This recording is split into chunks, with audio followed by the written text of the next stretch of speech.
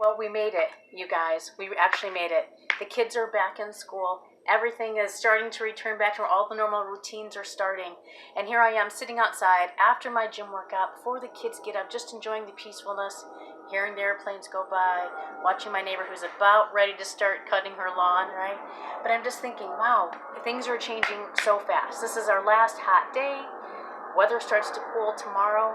The kids have gone back to school, and this weekend we get to have our small groups back. And I'm so excited for this time. I love this time with the kids in that small group, those relationships and connections that grow. It's my favorite time. And so, the kids right now, they're so excited. They got new teachers, new classrooms, new lockers, new school supplies. They're sporting their, best outfits they can put together. And this weekend, after Sunday, they're going to be talking about you, their small group coach, just like they do their teacher and all this new stuff that's going on in their lives. And so I want you to think for a minute. When you were in elementary school or middle or high school, who is that one favorite teacher, that one that really stands out to you? And why is that? Was it because that teacher was so profoundly astute with their academic knowledge, they passed on so much wisdom to you? Probably not, right? Let's be honest, probably not. The real reason is because they did something that really connected with you, something that showed that they really cared about you. And so that's what I want to challenge you to this year. I'm not asking you to be a Bible scholar. I'm just asking you to be prepared. You'll get your lesson from me as late as Wednesday typically, but that should give you plenty of time to look over that lesson, to be prepared. Not to be a Bible scholar, but to just be prepared. So you don't have to stare down at a sheet of paper like this, that you can make that eye contact with your few and show them how much you care. So a couple things, something a little bit new. Your lesson is attached to this email. But here's the deal. In a couple months, our church is moving to a whole new database system. And part of that system is going to allow us to tag your lesson to your planning center. So when you get those assignments every week that says, hey, you've been requested to serve, attach that. You should be able to go into planning center even this week. And it'll say files. Mine looks a little bit different than yours. I think it says files, and you click it, it says small group coach lesson. I want you to try that this week. Get in the habit, because by October, I'm not going to be attaching the lesson to this email. I really need to get everybody using that Planning Center option.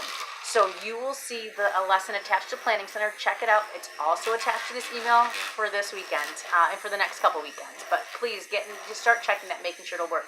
The lesson is a small group celebration this week, so it looks a little different than a normal weekend. Well, go ahead and read through it. You'll see it's super simple. You'll see it has 3 pages. The last one is blank. Unfortunately, I am not creating a lesson, so I wasn't able to go in and delete that blank page. So the last page is blank intentionally. You'll see that we'll take some time to connect. There are all different kinds of ideas here for you to connect with your group. You choose what you want. I'll have all the materials there for you, whether it's a small ball, the timer. You choose the 1 or 2 that you want to focus on. Notice that's about a 10-minute period, and then I'm going to want you to move into a 20-minute period that we're calling party time. We did this last year where there's just going to be a bunch of different stations set up. Again, I will provide everything you need for those stations. You just, take your few to one. If you see a station's open, take your few over there. It's really just a time to celebrate, to connect, to start building those relationships, to have time to laugh together, to play together, to talk together. Ask them about their summer. Ask them about their teacher. Do they have any things they're worried about? Especially when we get to that 3rd, 4th, and 5th grade, they're going to be so much more forthcoming with those deeper issues. So start building those relationships now. On your party time, which is your stations, the only one I will not have supplies for you is the human pinata. That one was super popular last year. The kids loved it. It's just you simply taking a junky t-shirt and hot gluing on, gluing or maybe a light sew, whatever you're good at, candy on that shirt. And then the kids literally just chase you around trying to grab candy off your shirt. They loved it. There's no way I can make 13 of those for all of you. So if you want to do that activity and stand out as a small group leader for this coming year, then that is definitely an activity you want to do and get prepared for. So you can look at the information about prayer and dismissal.